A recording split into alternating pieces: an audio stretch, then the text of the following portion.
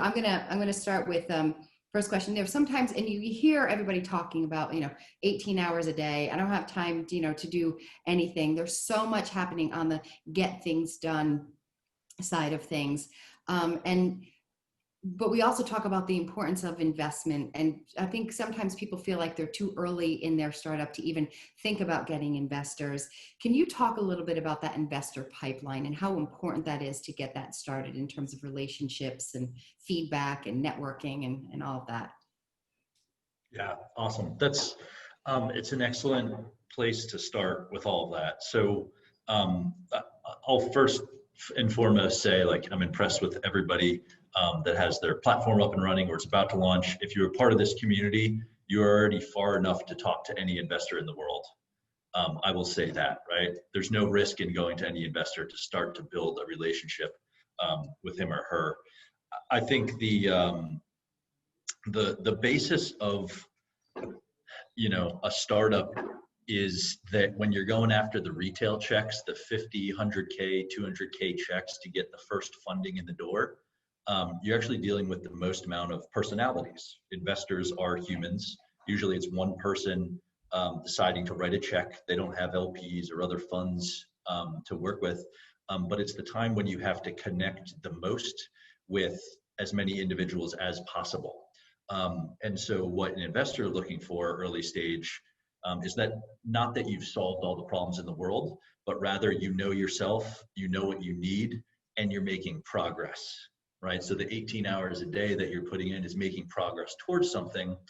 At the end of the day, that's tremendously important because you have to show investors that you're making that progress if they're ever going to be involved with the company. Investors get involved for a few reasons. Most of them have to do with enjoying the company, wanting to learn something about the space, of course, seeing a financial return at some point, but at the end of the day, who they're spending the time with, who they're marrying until the company is dissolved or exits. And so I think the approach that has been taught to me and re-solidified in my experience is the lines, not dots approach. So dots as in a graph of showing folks where you are at any given time. The more that you can show your progress over time in a line fashion with good communication, the better off you are to garner checks and investments and build momentum towards what you're doing. So at the end of the day, it's not exactly where you start. That's your first reach out and getting connected with people. It's about the difference that you have from where you start to where you're actually asking from a check, because that's what people see. The best investors that I've run into, whether they're part of a fund or angel investors, look at companies for over a year, right? So they want to be in contact with you, shake your hand, have a cup of coffee or a Zoom call, be on a newsletter with you for a year to see your progress, how you think, how you lead a team before they write a check. And so I think, no time is too early. Also, it's very easy to underestimate how long it takes to get to someone. So if Denise knows someone that I want to contact and it's a shared connection on LinkedIn, if I ask Denise for a warm intro, it's going to take a few weeks before I get something on the books with them. And it might take multiple reach outs and CRMs and everything like that. So everybody's in the right place to network with everybody. At the end of the day, if you can control it and share your story instead of what's going on just in the business world, that'll help better connections for when you are asking for checks. Awesome. Great information. I want to, kind of build on that piece that you talked about, that line, right? That line going up, the consistency of how people are doing over time. So say, someone feels like they're ready and they're getting in front of an investor. What should they be? So they've been, in this business, say the startup is a year old, 2 years old, 4 years old, and they've got 5 minutes, right? What should they be looking at? What should they be thinking about the days leading up to the pitch? What should they be considering? What mental preparation should they be doing so that they get there and they are zoned in and giving the investor exactly what they need? Awesome. And Denise, are we talking about a single investor, like a meeting with a single investor to try to pitch and close, or in like a presentation format? I was thinking more of like individual investor, like this is your opportunity to kind of talk with someone about potentially getting some funding money. Yeah, awesome. So here's the ideal approach, and it's not always an ideal world that we have because we have 4 jobs in one, right? At least. Um, the reasons I mentioned about why investors want to get involved with exciting early stage companies is because they want to be part of something. They can easily go and invest in Amazon and get a decent enough return, um, right? One of the things that I've been very successful with is when you go to an investor, it's not just about what the company is going to do with the money. It's about how the company is going to benefit their lives and how they're going to benefit the company. No investor that invests at this stage wants to just be cut off and hope for a return later on. It's about how they can continue to learn the industry, how you value their feedback, and you should value their feedback, otherwise you shouldn't be asking for their money. And in the ideal circumstance, if you know how that person thinks and what they thought of the industry and your idea over the past 3 months as you've been developing, bring that up. And you may not agree with everything, but if I could say, hey, Denise, I'm looking for your investment. When you told me 4 months ago to think about this, I did, and I solved this problem. When you connect me with this person, it ended up working out this way. I want to continue the relationship, and I'd love to formalize and make you part of it. It's a lot more powerful impact.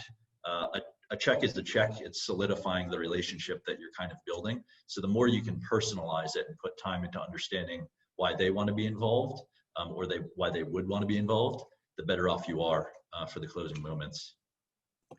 Awesome. And kind of bringing that a little bit further, right? How do you know whether someone's a good investor or a bad investor, right? How do you, so not only are they vetting you, but you're vetting them. It's like a job interview, right? You have to decide whether you want to work there or not. So how do you figure that out if you aren't super sure about, the who they are and how they've invested before and their track record and all that kind of stuff? Yeah, it's a great point. And I was hoping some of this would come up. So the first way is you got to get to know them, right? You have to sit down and do all that stuff, understand them, communicate with them, understand it's an investor relationship. They're not going to be responding to you, within the day and things like that. But as long as they're abiding by that, showing interest, trying to add value, things like that, understand the space, respect your time as well. Those are good indicators. The way that they'll put it in front of you in a lot of different programs or a lot of different accelerators and things like that is to make sure you're doing your due diligence on the person that's investing. You want to be careful not to offend anybody. So you're never going to ask an investor for 3 references for how good of an investment they are. But in a digitally connected world, if you're not introed by someone you trust, you can certainly find someone you trust that they're connected to kind of ask those questions. There's information about everyone out there. And so the bigger your network is, the bigger you're going to be able to ask those questions to them about how they acted. I'll just make this point, and it was of interest to me.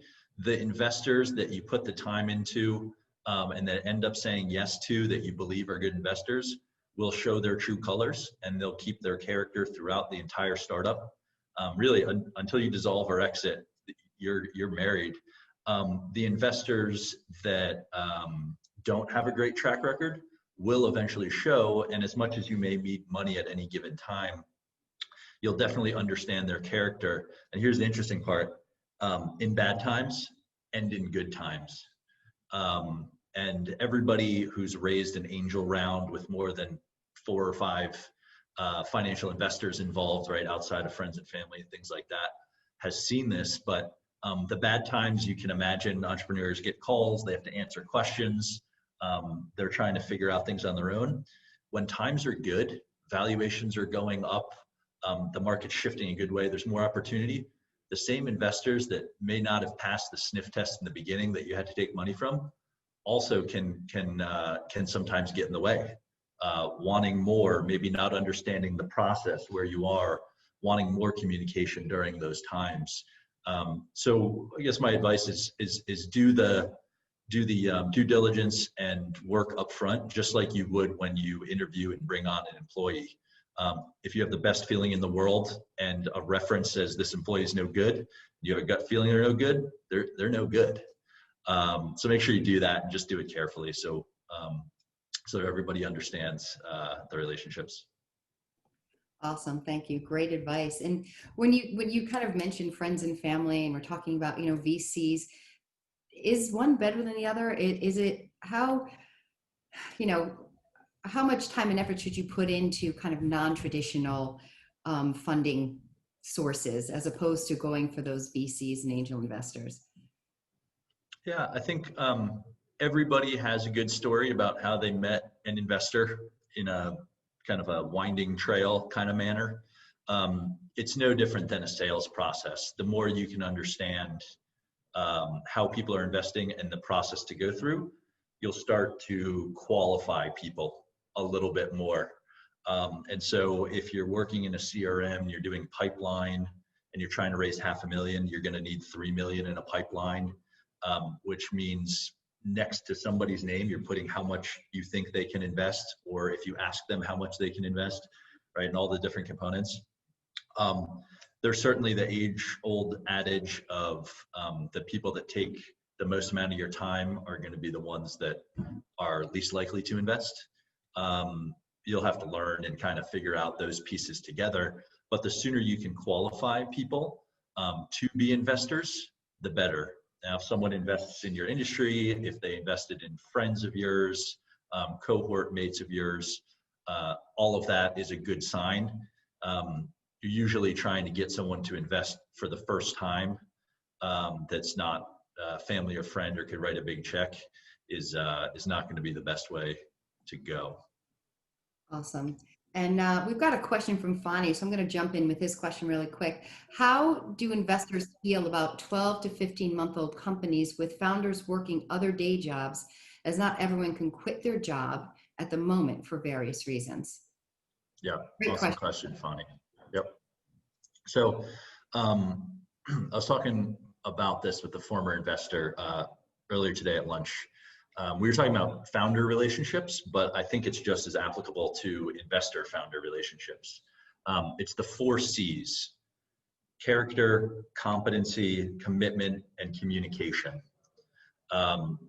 Those are the 4 things that investors are looking for in founders. So we've heard the cases of you should quit your day job, you shouldn't quit your day job, all of that. If you're showing those 4 C's to investors, no one questions your character, right? That's ethically or in the business sense. No one questions your competency. You're an expert. You're continuing to be a better expert. No one questions your commitment.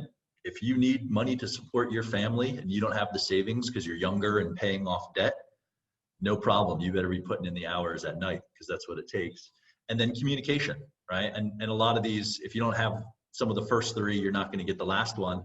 But if you're communicating, you're respecting people's time, then you're going to see that people kind of latch on to that. So there's no story that I can imagine right now in the entrepreneurship world that by just knowing the story is cut off and says, no, that's not going to work. But if you have time to get to know somebody and they have those 4 C's, then eventually they'll figure it out, right? And if it's a time to now leave your day job and invest all of your time full tilt, you'll see that in the commitment path of things, right? And you may need some people to push you over the edge on something like that, but don't let people question the 4 C's. And I think that's why you're all here doing what you do, no matter what you do to make money right now. I love that. Yeah. And that kind of mitigating your risk, right? And knowing when it's time to kind of push yourself and when it's time to kind of take that step back. So I love that. It's awesome. So you landed the investment, you got the money, right? What's next? What do you tell a founder? What can you share with our founders here about kind of next steps, process-wise, what you should be doing, things you should pay attention to, and kind of what to expect once you've been funded? Sure. So I think the first thing that, and this happens before the funnel kind of gets to where it is and the checks kind of land in the bank. you want to see it from an investor's perspective. And so the answer is, what does an investor want? Well, what do you want if you are an investor, right? You can all invest $5 in the public market and see how they communicate every quarter and how stocks go up and down and how you feel and sense about these things. Generally lumped into investor relations. The same kind of communication that you had before you landed that investment, you're going to want to keep up afterwards. I think one of the big takeaways, a cadence of newsletters where you have meaningful updates and things like that. You'd be surprised as to how much investors either want information or don't, but you got to give them the opportunity to chat on that, and it'll continue to pay dividends. You're going to want to be in contact with your investors all the time because the next round will happen. You're going to need to raise a seed and a Series A if you're trying to scale this technology. And anywhere from 10 to 20% of your time when you're not in a fundraise as a CEO should be invested in that. So you should be continuing to network through your investors, people who own equity in your company, to make sure you're set up for the future. The other thing is, the good news and the bad news of what goes on. And bad news can be something as simple as like, hey, we sent out an offer to a software engineer and they didn't accept it, right? But we're figuring out how to do it and we're revitalizing the pipeline. The earlier and the better you communicate the bigger points to investors, the more they're gonna respect you. People only get in trouble with investors when it feels like a sales job to get the check in the door and then don't include them on the rest of the company. So I've had great investors that they pick up the call whenever I need them to, but they'll never reach out to me for an update because they're already getting it. And so when I need to motivate a team or really spending time trying to narrow down a product or get a new customer, I don't have to worry about incoming messages that maybe don't have anything to do with the day-to-day business. So the more communication you have up front on a cadence, you can tell investors what to expect from you too. Hey, if you invest, this is how it looks like going forward. Level setting those expectations is great. At the end of the day, the 4 C's, right? You don't want anybody questioning any of that. Awesome. That's a great way to wrap it up. I think you've given our founders some amazing information, some very useful tools and advice to move forward and to consider when thinking about investments. If there's, I'm going to throw it back over to Rob. Thank you so much, Steve, for being here. And thank you to our founders for being here. You all are amazing. And we're just so glad to stay connected with you all. Nice job, guys. We got in under just about 45 minutes, so we squeezed this one in. So we appreciate everybody jumping on. Alan, reach out to everybody if you haven't met him. Fonda, you do the same. Connect with Steve as well on LinkedIn. You guys connect, use it, and leverage this community. It's only going to help you at the end. Other than that, have a look out for the sprint information. Have a look out for information on kind of your prep video, what that looks like, and then heads up on our remote internship program with the University of Florida coming soon as well. If you need us, you know where to find us. Other than that, give tomorrow hell, everybody. We'll see you.